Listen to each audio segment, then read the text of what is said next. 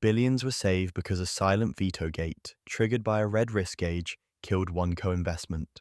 In a polished boardroom, a family office weighed a coveted co-investment alongside a renowned sponsor. The memo gleamed, the track record looked immaculate, the upside felt almost inevitable. Then a small rule tripped. A concentration limit pushed a dial into red, and a veto gate swung shut. A fortune remained intact because a single boundary refused to move.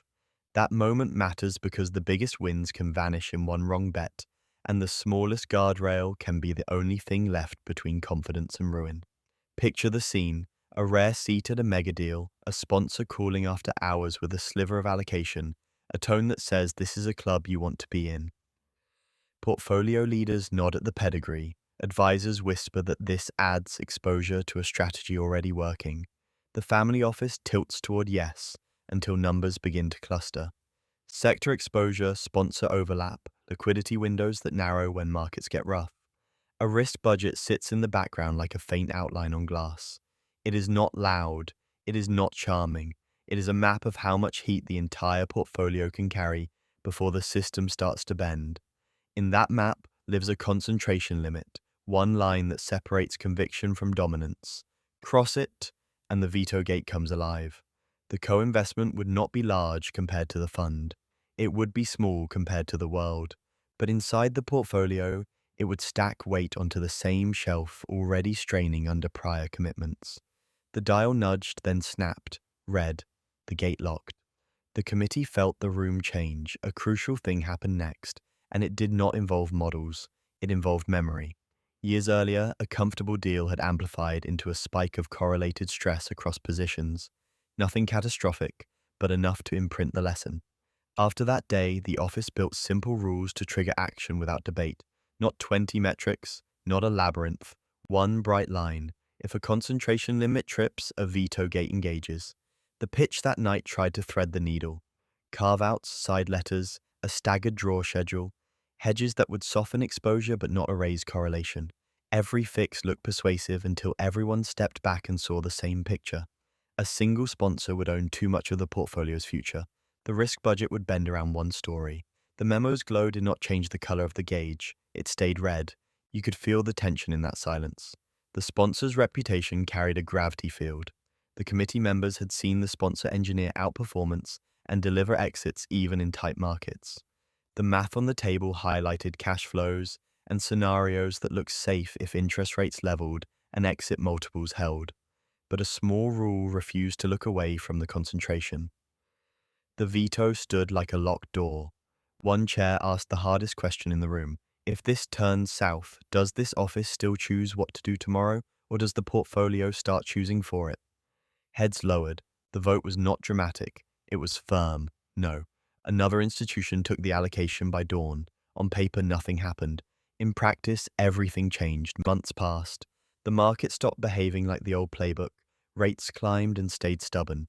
Exit windows narrowed. The sponsor revalued assets across a cluster of deals, not disastrously, just sharply enough to change the tone. Co-investors who leaned heavy into the allocation had to mark down positions. Paper gains became questions, liquidity buffers thinned. Some made subtle choices they had not planned to make, selling parts of other holdings to brace. It did not look like a crash. It looked like a slow tightening of the room. The family office watched it from the corridor rather than from the middle. That is where the scale of the save became clear. A single veto gate had prevented the portfolio from sliding past its risk budget into a corridor where decisions are no longer strategic. They are reactive.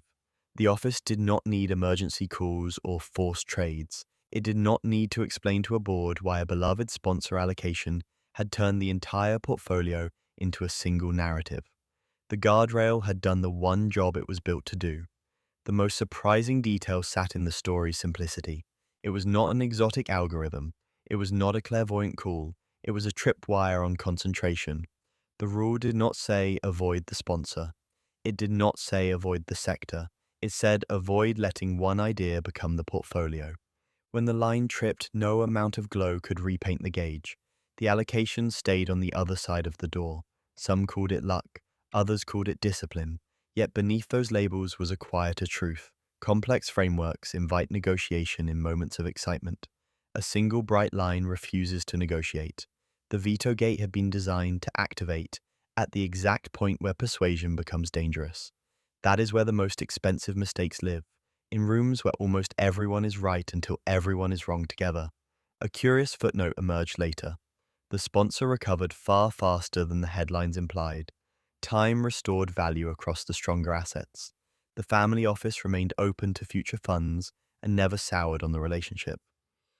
The veto gate did not burn a bridge, it defended a budget, and it created space for a choice to re-engage when the portfolio could carry the weight. That is the twist. The gate saved billions not by fearing risk, but by respecting it enough to time it. Guardrails are often blamed for missing out. In this case, the guardrail preserved optionality, the most valuable currency when markets change their mind. The lesson does not announce itself, it hides in the cadence. A deal can be brilliant and still be wrong for a portfolio at a specific hour. A rule can be small and still be more powerful than the combined charisma in a room. A gauge can turn red and keep a system honest when the floor tilts toward yes. That day, the family office did not beat the sponsor, it beat correlation. It did not win a debate, it refused to have one past a line that mattered. That is why the story stays. Not because a memo was stamped veto, but because the portfolio kept the right to choose its future one day at a time. If a single bright line can prevent ruin, where should it be drawn in a world that rewards breaking lines?